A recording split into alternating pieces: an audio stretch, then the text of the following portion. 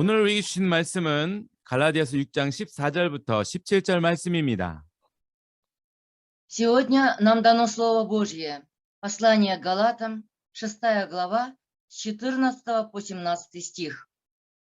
«А я не желаю хвалиться, разве только крестом Господа нашего Иисуса Христа, которым для меня мир распят, и я для мира. Ибо во Христе Иисусе ничего не значит ни обрезание, ни необрезание, а новая тварь. Тем, которые поступают по всему правилу, мир им и милость Израилю Божию. Впрочем, никто не отягощай меня, ибо я ношу язвы Господа Иисуса на теле моем». 아멘. 샬롬, 주님의 평화가 여러분 모두에 있기를 소망합니다. Шалом, да пребудет мир Божий со всеми вами. 저는 여기 오자마자 코로나로 인하여 2주간 집에서 격리하게 되었습니다. Как только я приехал сюда, меня из-за ковида поместили на карантин дома на 2 недели. 다른 사람들과 접촉을 하면 안 되기 때문에 집 밖에 나갈 수가 없었습니다. Я не могу выйти из дома, потому что не разрешается общаться с другими людьми. 누구나 한국에 들어오는 사람은 공항에서 나올 때 핸드폰에 자가 격리를 위한 프로그램을 설치하고 나와야 합니다. Любой, кто уезжает в Корею, прежде чем выехать из аэропорта, должен установить программу самоизоляции на своем мобильном телефоне. 그래서 격리를 해야 하는 사람의 위치가 관리자에게 알려집니다. Таким образом, администратору становится известно местонахождение человека, находящегося на карантине. 문 밖에 나가고 싶어도 핸드폰을 들고 나가면 핸드폰에 경고 표시가 뜹니다. Даже если вы захотите выйти за дверь, взяв с собой мобильный телефон, на вашем телефоне появится предупреждающий знак. 그리고 만일 핸드폰을 집에 두고 나가서 핸드폰이 얼마 동안 움직이지 않으면 관리자로부터 연락이 옵니다. Но если, допустим, вы оставите телефон дома, и телефон на какое-то время не будет работать, вам позвонит администратор. 물론 이것 때문이 아니라 양심적으로 집 밖으로 나가면 안 되겠지요. Конечно же, не из-за этих условий установленных, но по совести мы не должны выходить из дома. 저는 자가격리가 벌써 3번째입니다. Я уже в 3-й раз прохожу карантин, изоляцию. 처음 자가격리를 할 때는 집에만 있는 것이 쉬는 것 같아서 좋았습니다. Когда я в 1-й раз был на изоляции, так было хорошо, потому что мне казалось здорово быть дома и отдохнуть. 그런데 이제는 갇혀 있는 것이 답답하고 힘이 드는 것 같습니다. Но теперь находиться взаперти становится невыносимо и тяжело. 움직이지 못하고 밥을 먹으니 살이 점점 찌게 되었습니다. Я не двигаюсь и только ем, и поэтому набираю вес. 사람이 하루에 6,000걸음을 걸어야 건강하다는데 여기 집 안에서는 하루 종일 움직여도 600걸음도 걷지 못합니다. Говорят, чтобы человеку быть здоровым, нужно в день проходить 6000 шагов. Но здесь, в доме, даже если двигаться весь день, невозможно пройти и 600 шагов. 자유롭지도 못하고 어딘가에 갇혀 있다는 것이 힘든 것이구나 새삼스럽게 느끼게 됩니다. Я заново осмыслил, как трудно быть несвободным и находиться где-то запертым. 생각해 보면 우리는 누구나 갇혀 있습니다. Если так подумать, мы все находимся в заточении. 제가 2주가 지나서 집 밖에 나갈 수 있어도 또다시 무엇인가에 갇혀 있다는 것을 알게 될 것입니다. Даже если я смогу выбраться из дома через 2 недели, я обнаружу, что снова окажусь запертым. 우리는 누구나 어떤 욕심에 갇혀 있기도 하고 어떤 장소에 갇혀 있기도 합니다. Мы все уловлены какой-то жадностью и заперты в каком-то месте. 어떤 병에 갇혀 있기도 하고 어떤 고통에 갇혀 있기도 합니다. Некоторые в заточении от какой-то болезни, а кто-то в заточении от какой-то боли. 돈과 힘이 많은 사람이라면 대부분 이 모든 것들로부터 자유롭게 될 것 같습니다. И кажется, человек с большими деньгами и властью, вероятно, будет свободен от всего этого. 그러나 그 사람도 죽음에 갇혀 있고 썩어지는 것에 갇혀 있고 세상의 헛됨에 갇혀 있습니다. Но этот человек также в ловушке смерти, в ловушке тления, в ловушке мирской суеты. 어떻게 하면 이 모든 것으로부터 갇혀 있지 않을 수 있을까? 인간은 끊임없이 고민을 하게 됩니다. И человек постоянно думает, что нужно сделать для того, чтобы не попасть в заточение всего этого. 어떻게 하면 진정한 자유를 누릴 수 있을까? 인간은 끊임없이 고민을 하게 됩니다. Люди постоянно задаются вопросом, как насладиться настоящей свободой. 오늘 갈라디아서의 말씀은 바울의 편지 중에 자유의 편지라는 별명이 붙어 있는 말씀입니다. Сегодняшний стих в послании к Галатам– это одно из писем Павла, получившее прозвище «Письмо свободы». 갈라디아서 5장 1절 말씀입니다. Послание Галатам, 5 глава, 1 стих. «Итак, стойте в свободе, которую даровал нам Христос, и не подвергайтесь опять игу рабства». Аминь. 바울은 그리스도께서 우리를 진정으로 자유롭게 하셨다고 증거합니다. Павел свидетельствует, что Христос даровал нам свободу. 그리스도께서 우리에게 참 자유를 주셨다고 증거합니다. Он свидетельствует, что Христос даровал нам истинную свободу. 그러니 다시는 종의 짐을 메고 다니지 말라고 증거합니다. Поэтому Павел свидетельствует, не подвергайтесь игу рабства. 종처럼 살지 말라고 증거합니다. Павел свидетельствует, не живите опять как рабы.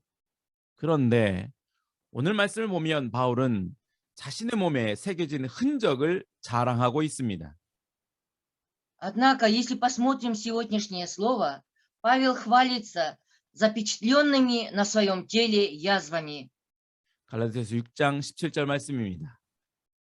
Послание Галатам, 6 глава, 17 стих.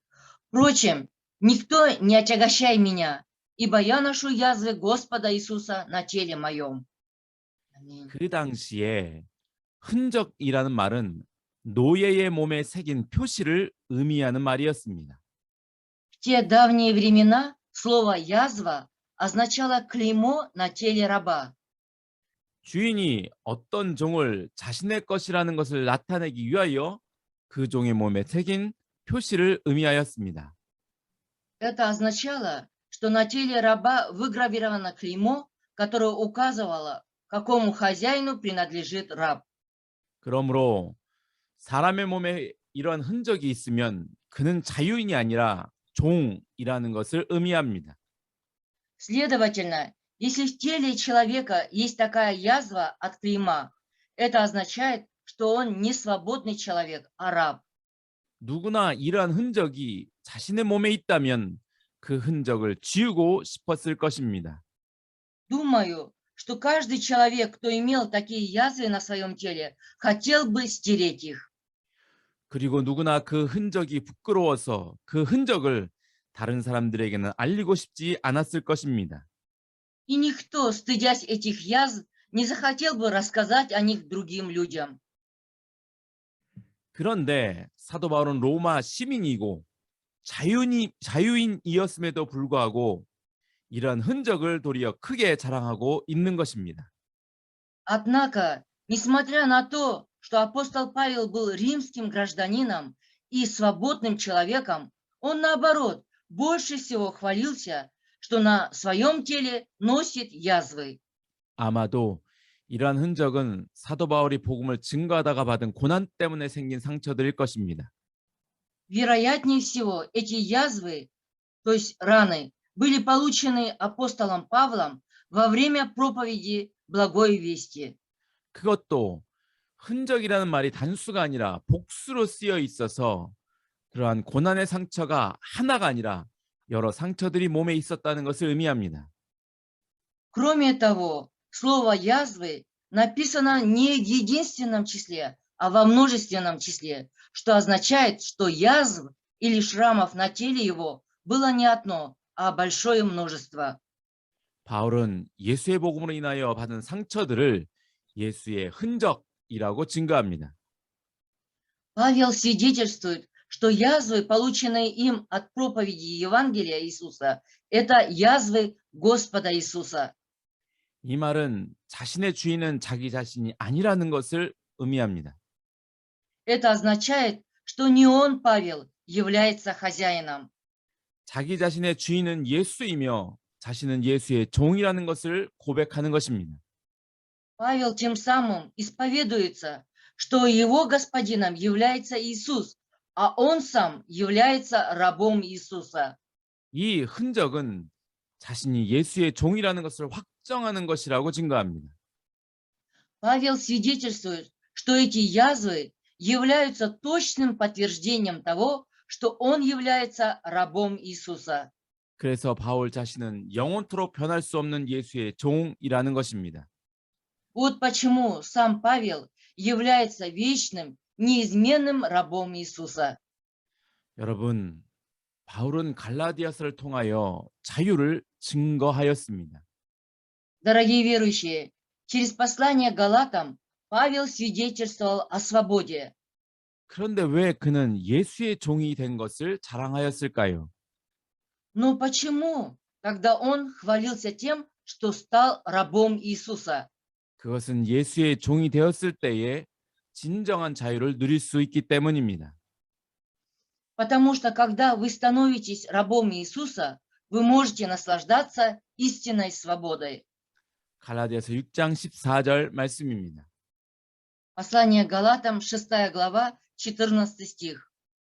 «А я не желаю хвалиться, только разве Христом Господа нашего Иисуса Христа, которым для меня мир распят, и я для мира». 여러분, 사도 바울은 예수로 말미암아 자신과 세상의 관계가 완전히 끊어졌다고 증거합니다. Дорогие, апостол Павел свидетельствует, что благодаря Иисусу отношения между ним и миром были полностью разорваны. 세상이 어떤 곳입니까? Мир, на что он похож? Что это за место? 세상은 죄로 인하여 하나님의 진노가 임하는 곳입니다. Мир – это место, куда сходит Божий гнев из-за греха. 세상은 멸망의 장소이며 악한 영들이 지배하는 곳입니다. Мир – это место погибели и место, где господствуют злые духи. 세상은 사망과 썩어짐 안에 갇혀 있는 곳입니다. Мир – это место, погрязшее в смерти и тлении. 누가 이 세상으로부터 자유로울 수 있겠습니까? Кто может быть свободным от этого мира? 그런데 예수 그리스도의 십자가를 통하여 우리는 세상에 갇혀 있지 않고 자유로울 수 있다는 것입니다. Но благодаря кресту Иисуса Христа мы не погрязнем в мире, мы можем стать свободными. 사도 바울은 우리가 예수의 종이 되므로 세상으로부터 자유롭게 될 수 있다는 것을 증거합니다. Апостол Павел свидетельствует, если мы будем рабами Иисуса, мы можем освободиться от мира. 그러므로 누구든지 세상의 저주에 갇혀 있지 않고 자유롭게 되려면 예수의 종이 되어야 한다는 것입니다. Поэтому каждый, кто хочет быть свободным и не хочет погрязнуть в проклятии мира, должен стать рабом Иисуса. 여러분, 우리는 예수의 종이 되었을 때 참으로 자유할 수 있습니다.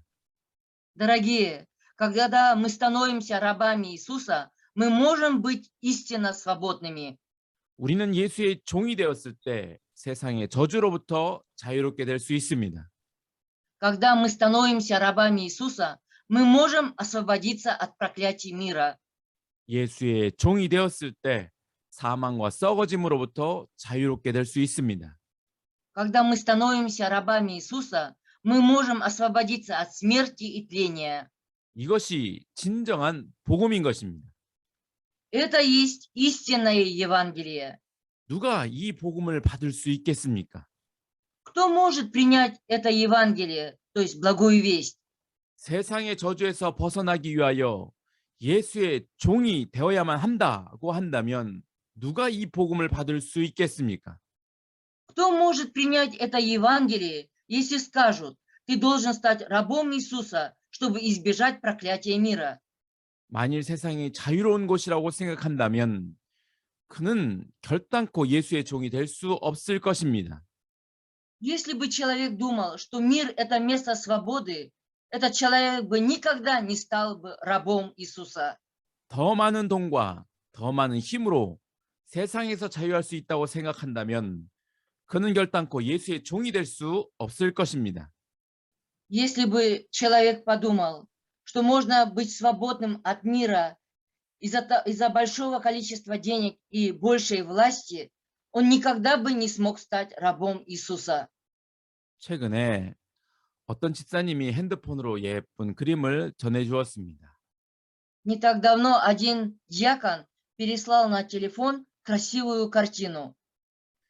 그 그림 안에는 잠언 3장 7절의 말씀이 써 있었습니다. На этой картине были написаны слова из притчи 3 главы, 7 стих. 잠언 3장 7절 말씀입니다. Давайте прочитаем притчи 3 главу, 7 стих. «Не будь мудрецом в глазах твоих, бойся Господа и удаляйся от зла». 저는 그 말씀을 보면서 악이 무엇일까 깊이 고민하게 되었습니다. Читая эти слова, я стал глубоко задумываться, что такое зло. 생각해 보면 지금 우리가 살고 있는 시대 속에서는 악의 개념이 매우 모호해졌습니다. Если задуматься, сейчас, в нашу эпоху, в которой мы живем, понятие о грехе стало очень расплывчатым, неоднозначным.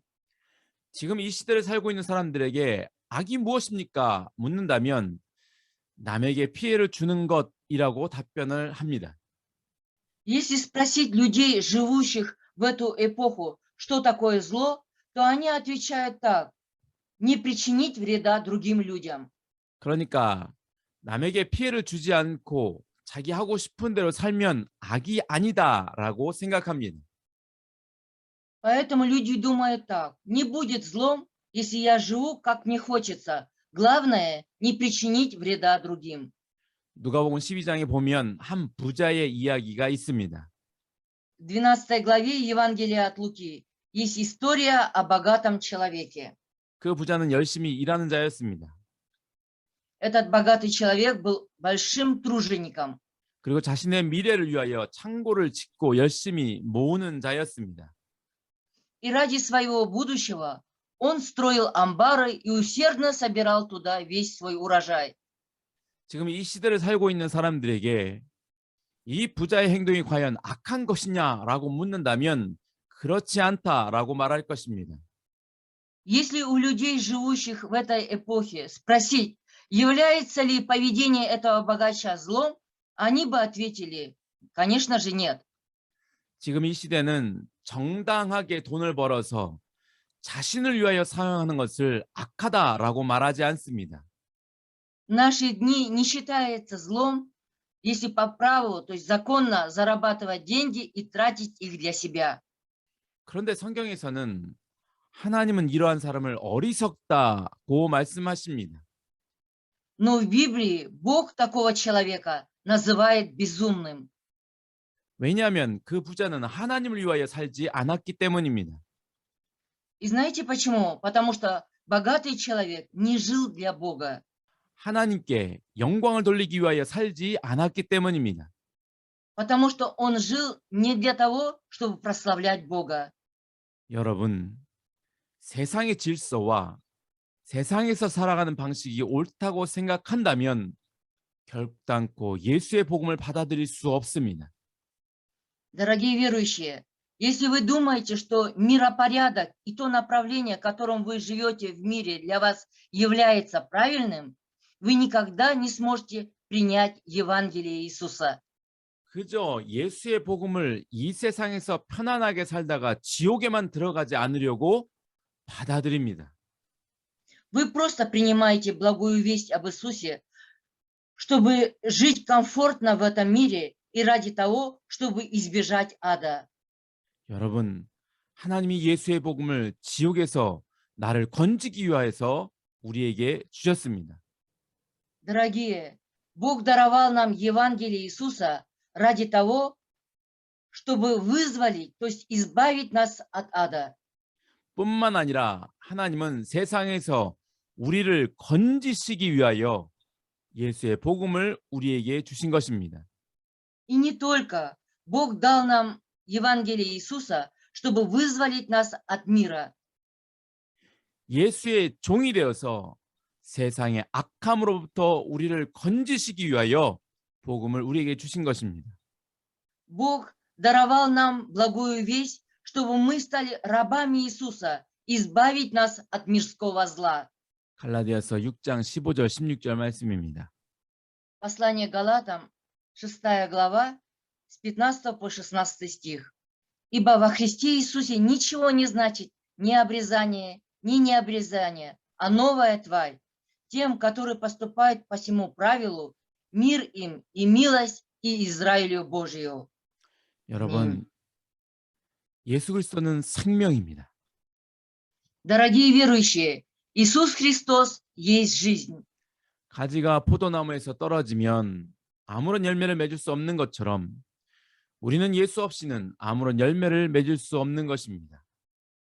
Подобно тому, как ветвь, упав с виноградной лозы, не может принести никаких плодов, так и мы не можем принести никаких плодов без Иисуса. 이 말씀을 조금 더 자세히 봅시다. Давайте посмотрим на это слово более подробно.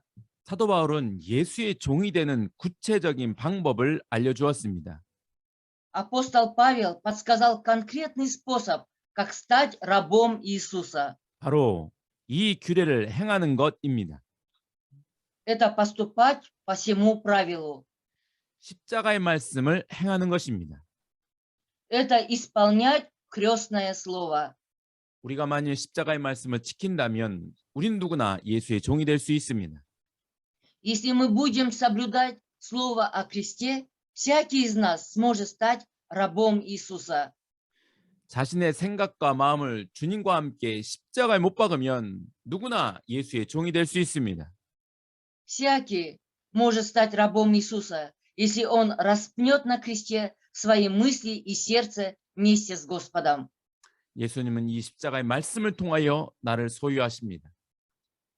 Иисус, благодаря слову о кресте, обладает мной. 그리고 예수님이 이 십자가의 말씀을 통하여 나를 다스리십니다. Иисус, благодаря слову о кресте, управляет мной. 그러므로 여러분, 예수를 만나고 싶습니까? Итак, дорогие верующие, вы хотите встретиться с Иисусом? 그렇다면 십자가의 말씀에 순종하십시오. Если это так, повинуйтесь крестному слову. 예수의 손을 잡고 싶습니까? Вы хотите держаться за руку Иисуса? 그렇다면 십자가의 말씀에 순종하십시오. Если это так, повинуйтесь крестному слову. 십자가의 말씀 안에서 살아계신 예수 그리스도를 만날 수 있는 것입니다. В слове о кресте мы можем встретиться с воскресшим Иисусом Христом. 예수님은 말씀이 육신 되신 분이십니다. Иисус – это слово, ставшее плотью. 다시 할게요. 이상하게 들렸습니다. 예수님은 말씀이 육신 되신 분이십니다. Иисус – это слово, ставшее плотью. 요한복음 6장에 예수님은 자신의 살과 피를 먹으라고 말씀하셨습니다. Евангелие от Иоанна, в 6 главе, Иисус сказал: «Едущий мою плоть и пьющий мою кровь». 이것은 자신의 십자가의 말씀을 따르라는 것입니다.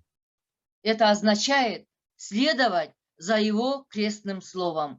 예수님은 말씀과 자신이 하나임을 항상 말씀하셨습니다. Иисус всегда говорил, что слово и он сам – это одно единое. 그러므로 우리가 십자가의 규례에 순종한다면 우리는 예수님의 종이 될 수 있는 것입니다. Следовательно, если мы поступаем по всему правилу, мы можем стать рабами Иисуса. 여러분, 사도 바울이 예수의 흔적을 자랑한 것처럼 우리 또한 예수의 흔적을 자랑할 수 있기를 소망합니다. Дорогие, подобно тому, как апостол Павел хвалился язвами, ранами Иисуса, надеюсь, и мы тоже можем хвалиться язвами Иисуса. 바울이 예수의 종이 된 것을 자랑한 것처럼 우리 또한 예수의 종이 된 것을 자랑할 수 있기를 소망합니다. Как Павел хвалился тем, что он раб Иисуса, надеюсь, и мы тоже можем хвалиться, что стали рабами Иисуса. 항상 나의 주 예수님을 기뻐하십시오. Давайте всегда радоваться моему Господу Иисусу. 감사함으로 주님이 나의 주님이심을 고백하십시오. Давайте с благодарностью признаемся, что Господь мой Господин. 주님의 말씀이 이루어지기를 기도하십시오. Молитесь, чтобы исполнилось Слово Господа. 십자가의 말씀이 나를 통하여 이루어지기를 기도하십시오. Молитесь, чтобы через меня было исполнено Слово о кресте. 그러면 주님이 나를 세상에서 자유롭게 해주실 것입니다. Тогда Господь сделает меня свободным от мира. 주님이 세상의 죽음과 헛됨과 슬픔에서 나를 자유롭게 해주실 것입니다. Господь сделает меня свободным от смерти, свободным от напрасной суеты и мирской печали. 주께서 나를 새롭게 지으실 것입니다. Господь сделает меня новым творением. 그리고 주님으로부터 평강과 긍휼이 흘러 넘칠 것입니다. И мир и милость потекут от Господа. 그래서 내 자신을 통하여 하나님을 위한 열매를 풍성하게 맺을 수 있도록 도와주실 것입니다. И да поможет мне Господь, чтобы через меня принести обильные плоды для Бога. 이러한 진정한 자유의 은혜가 우리 모두에게 넘치기를 소망합니다. Я надеюсь, что такая истинная благодать свободы наполнит всех нас. 기도하시겠습니다. Давайте помолимся.